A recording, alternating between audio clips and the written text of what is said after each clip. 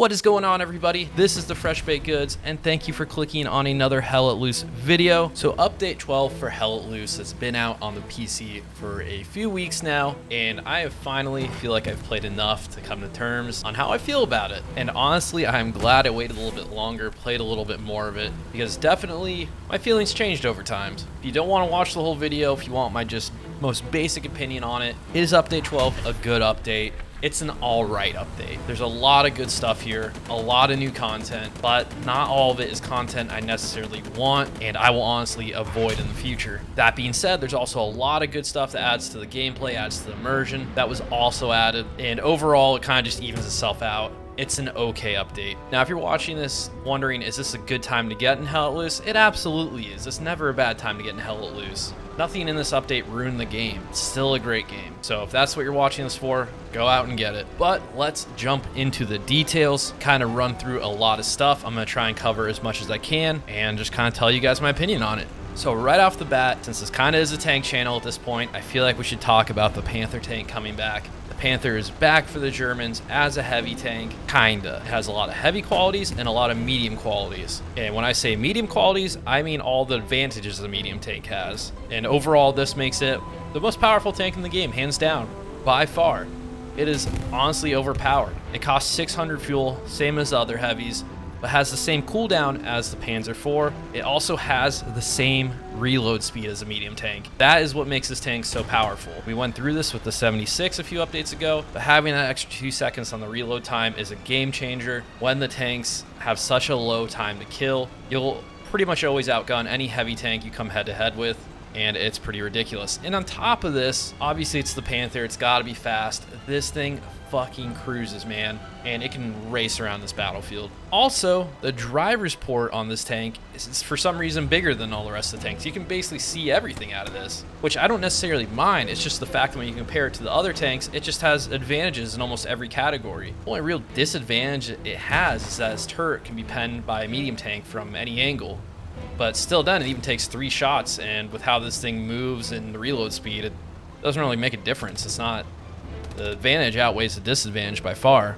So while I am glad the Panther is back, this thing needs looking at. There's pretty much no reason to drive a Tiger ever again in this game, and I would love to see that reload speed nerfed, put it the same as the rest of the heavy tanks. And honestly, I would love for this thing to turn slower in first. I'd want it to be super mobile in fourth, have it turn lower in first. And that way you kind of have to give some thought if you want a Panther, if you want a Tiger. You're going to defend a point. Maybe you want the Tiger. If you're going to be mobile, maybe you want the Panther. But something just needs to be done, because right now this thing is running the game.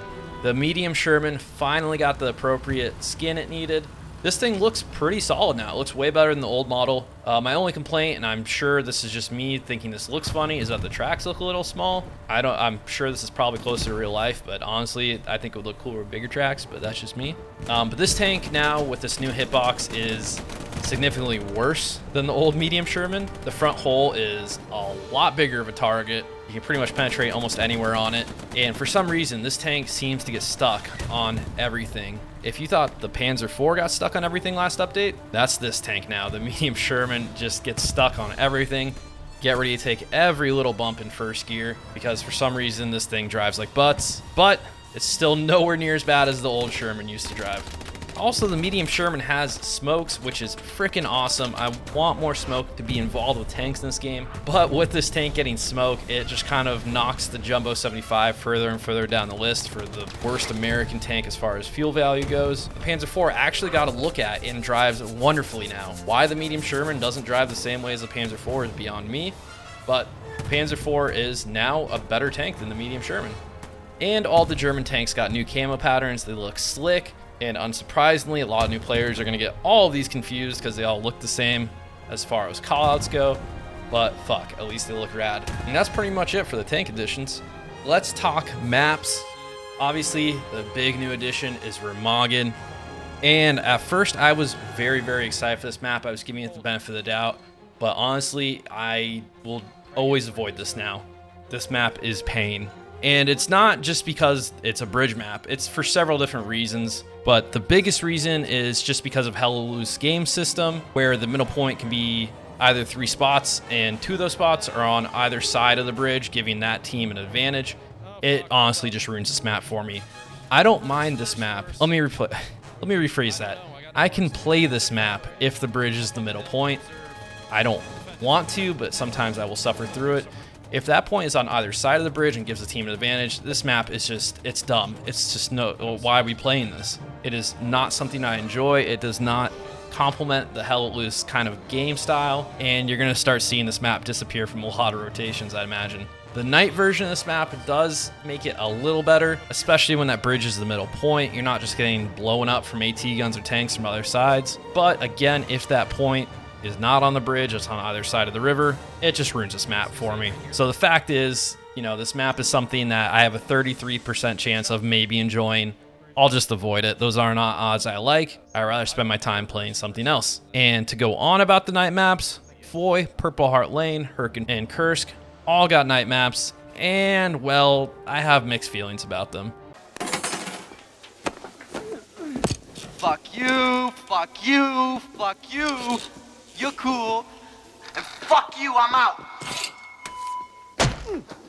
So yeah, I mean, again, going off of Remagen and what I was saying about that, how it doesn't complement the game style, it's very hit or miss with the night versions of these maps. Maps like Hurricane and Kursk, it takes so much coordination that the average team just doesn't have in this game to really play them well. So in my case, it's been very rare to see just good, solid matches on these two. And honestly, if you're gonna play Kursk or Hurricane, I think just the day variants are better. Purple Heart Lane, the night doesn't do much. I'd be curious to see this map with less visibility. It just doesn't do much for me here. I mean, night, regular, I feel like they're both the same here. But Foy night is awesome. They absolutely nailed this. This is probably one of my favorite things about this update. They removed the fog from regular Foy, but they also obviously made everything darker. So while it is easier to see longer, it's also very hard to make things out in the distance. So it makes for some great tank engagements. Infantry can sneak around a little easier. Really, the night drop just kind of camouflages everything. And right now, I'm pretty sure I prefer Foy at night over regular Foy at this moment. It has just been a lot of fun. Another quote new map we got was Omaha Warfare. This has been a long time coming. This map, honestly, is pretty good, minus the US HQs. Germans definitely have the advantage on this map, to say the least. Anytime the US gets pushed back to their last point, it's just a fucking bloodbath. But, you know, if you don't look at the US last point, I think it's a pretty solid map. I usually have a good time on it. The points are fun. I'll never not want to play it. So I think it's just a good, solid addition to put in the rotation. And then going back to Kursk, I feel like this has been overshadowed. The devs did a lot of work on Kursk, and it is now a much improved match from release. They reworked all the HQs, added some more cover around the midpoints, and I think it plays pretty nice now. But to be fair, I also enjoyed Kursk before this. But with these additions, it is just it's just a solid map, which is a shame because a lot of people have already made their mind up about this map, and kind of the night variant coming in honestly overshadowed this rework. And I don't think a lot of people are going to notice all the work that went into this and all the improvements on the original map here. So I'm hoping as time goes on, regular Kursk comes back in rotations, more and more people see it and can appreciate all the effort that went into this map, because it is solid. As far as weapons and ability goes, something that I am excited about but is going to get abused is the flare gun was added to this. I originally was hoping that this would just be to illuminate night maps mainly, but this is just a radar tool and it is very easily abused. It's not a cooldown, it's just ammo, kind of like how rockets work. So when the spotter dies, he gets his flare back, so you can just shoot a flare, die, come back, shoot a flare. And if I'm not mistaken, I'm pretty sure the whole team can see this, not just SLs and everything. So it is a very, very powerful tool and very easy to abuse. And this, honestly, again, is just not what I was hoping for. I was hoping it would be more to illuminate night maps. I'm hoping the flare just ends up on a cooldown, or the radar is just disappears quickly or something. It needs a look at. It needs a little bit of nerf, because right now it's just very easy to abuse. But the positive spin is now, instead of sending your spotter to go deal with Artie a bunch, you're kind of going to want them closer to the front line. So it's indirectly kind of a good way to change that gameplay loop for the spotter. But yeah, the flare, it's a good idea. I just don't like the radar being as powerful and easily abused as it is. Commanders got the precision strike update, and I feel like this is kind of as cool as it is, as cool as it looks, as much as I wanted this stuff. No, basically what it boils down to is a delete tank button. It's another way to kill tanks in this game. It's amazing how I see people complain complain about the cooldown on this. The cost already got lowered from PTE. It only costs 250 now, but that 20-minute cooldown is more than fair, I feel like, with how accurate and how quick this thing is. If you find a tank standing still, you could call this thing in. That tank is going to be dead. It barely has a chance to escape. And of course, you can use this on garrisons as well if you like, but it's just an easy way for a team to deal with a tank if they're struggling against it. Cost and cooldown are probably in the correct place for this, and that's going to change tank gameplay up quite a bit. I myself am now tracking these things whenever I hear one. You know, I start that 20-minute kind of clock, and once that 20 minutes is up, I am staying fucking mobile in a tank. Now, I'll tell you what. So I would say the Precision Strike has changed tank gameplay more than any other thing in this game. Something that the community has been asking for a long, long time. We got separate volume controls for proximity, unit, and leadership channels. My God, this is amazing. No more of that command chat just yelling in your ear. It's so easy to turn down, and I'm just glad this is finally here. Enough said.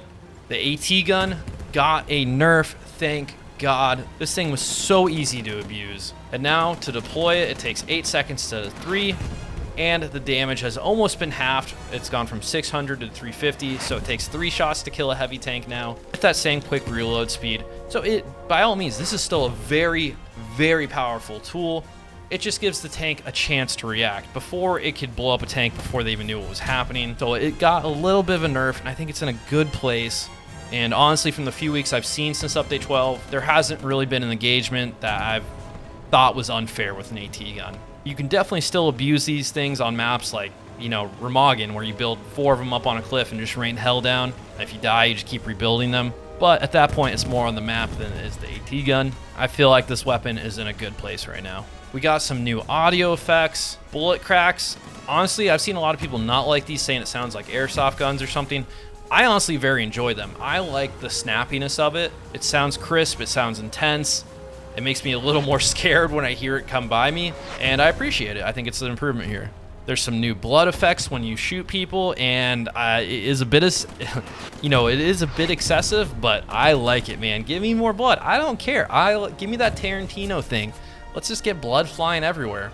But I think those are kind of all the biggest changes here.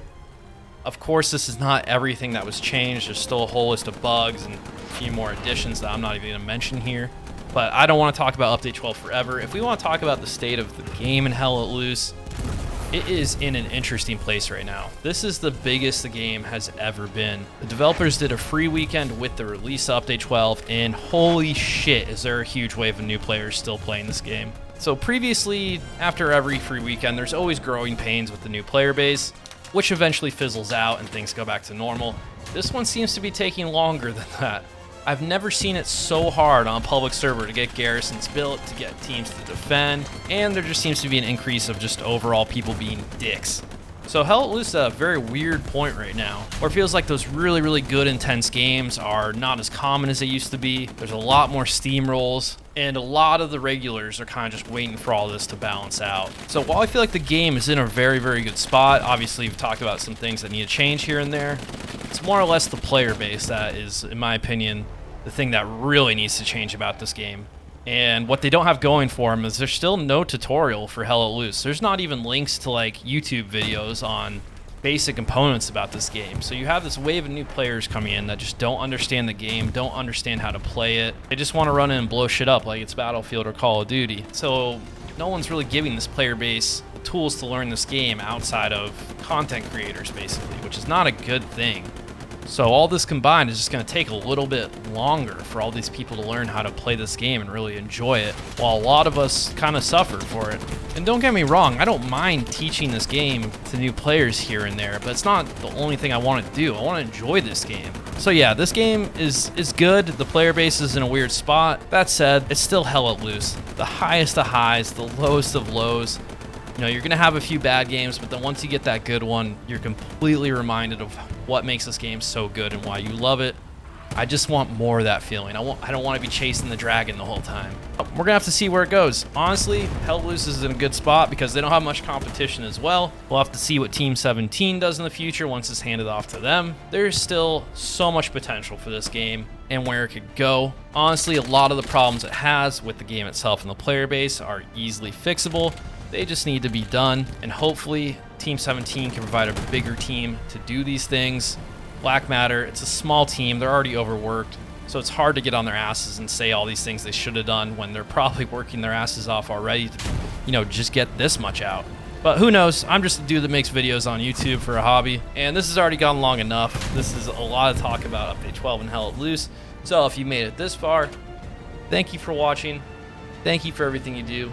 I'll see you dudes on the front line.